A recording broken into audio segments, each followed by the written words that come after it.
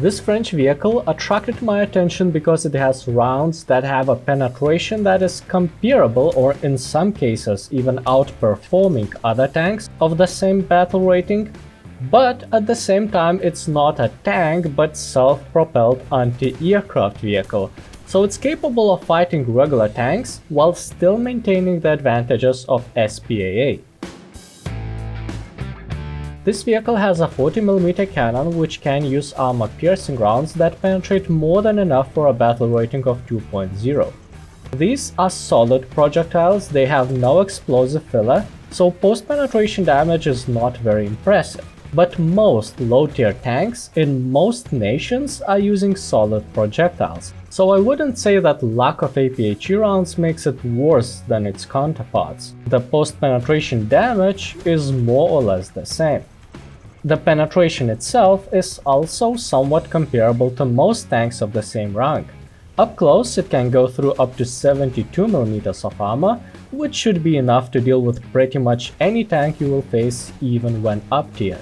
So overall, vehicle's rounds have pretty much the same performance as other tanks, but there is a massive difference in reload speed. For example, very popular, widely used in low-tier tanks, 37mm cannon reloads in around 3 seconds. Bigger caliber guns will take even more time to reload, while this SPAA can shoot 2 rounds per second. So on average you can expect to fire at least 6 times more rounds than your opponent in the same amount of time. The firepower advantage is clearly on your side and it's significant. But with great firepower comes great downsides. Otherwise, this SPAA wouldn't have that low battle rating.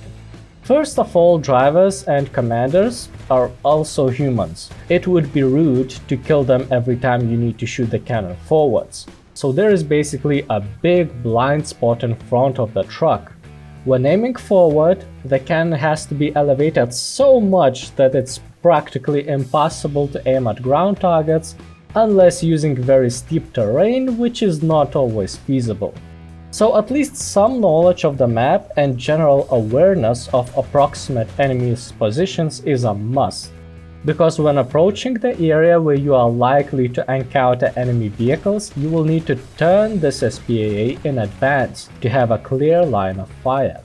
Ideally, you want to meet opponents while facing them with your side. This way you not only get the ability to lower the cannon to -6 degrees, making it comfortable to use against ground targets, but also spread out the crew, making it more difficult to knock them all out with one shot.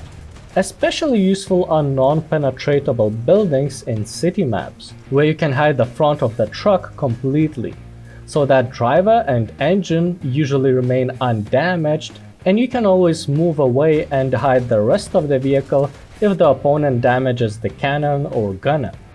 Just like with all trucks in War Thunder, survivability of this vehicle is tricky. On one hand, they can be destroyed with simple machine gun fire, or one high explosive round. On the other hand, APHE rounds won't activate, and penetrating rounds won't create a lot of spalling, since there is no armor to begin with.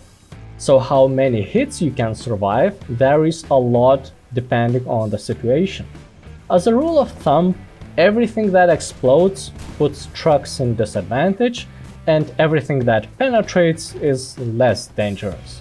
But there is no doubt that trucks can soak up a lot more regular rounds than usual fully armored tanks.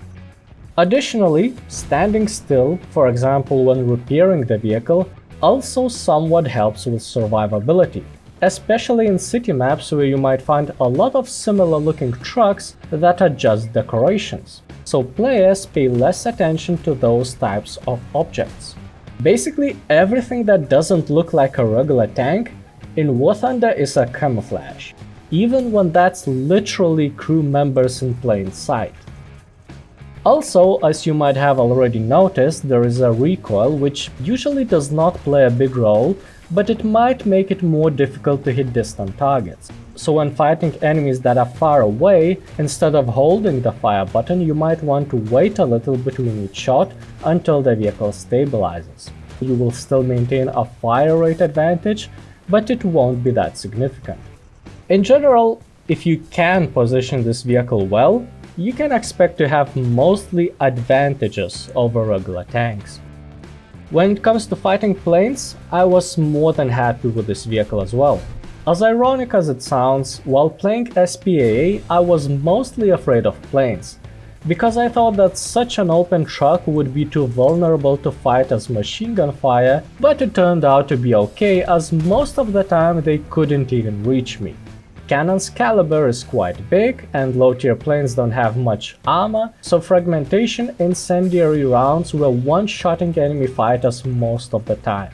Only the bigger bombers were able to survive 2 or even 3 hits, but those are big and slow targets, so they are easier to hit in the first place. Because of very fast reload, it's absolutely worth it to carry both explosive and armor-piercing rounds. So right before engaging, you can switch ammunition type almost instantly depending on what kind of enemy you're about to shoot, tank or plane. But even in its designed role of anti-aircraft gun, this vehicle has few downsides. The positioning of the truck when fighting planes is not that important, but you cannot ignore it either. Low-flying aircraft might still require you to turn the truck around in order to be able to aim at them.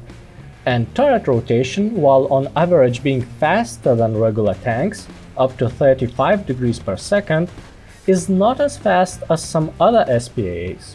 I was often moving the vehicle around to be able to keep up with planes that were circling me around. The maneuverability of trucks is not great, as you need more space to turn around than tracked vehicles, which is especially inconvenient considering that you have a blind spot in front, and being able to turn the truck around quickly plays a big role in using this vehicle effectively.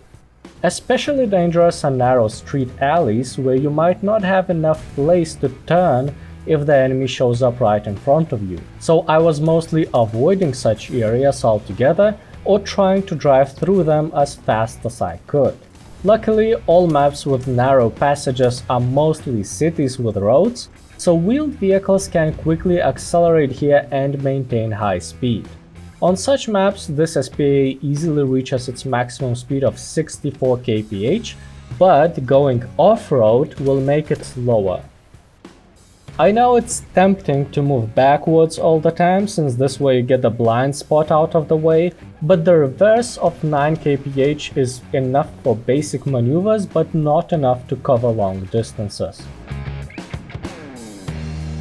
In arcade, the name tag tells everyone around that you are not just some decoration, so you won't be able to blend into surroundings.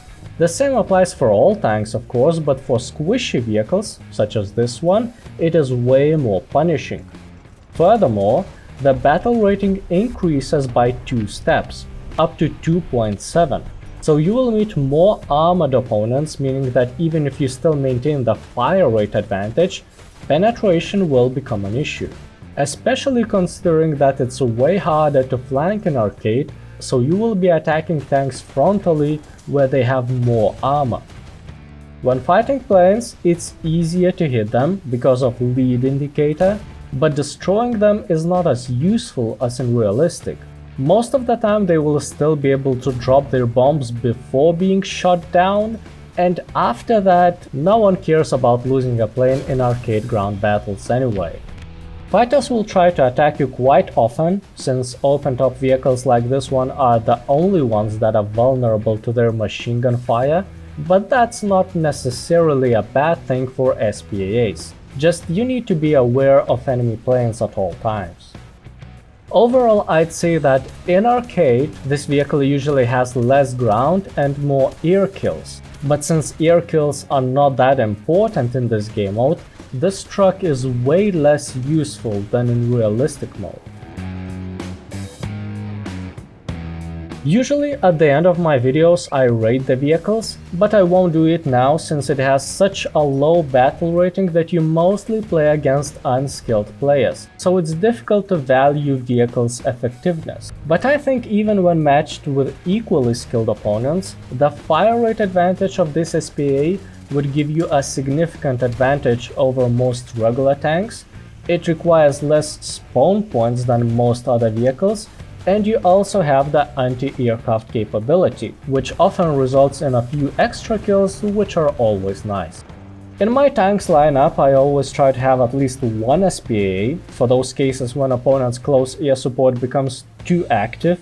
So if I was researching low-tier French tech tree, I would definitely keep this truck just to fight planes. But since it also performs so well against tanks, there is absolutely no point to not use it.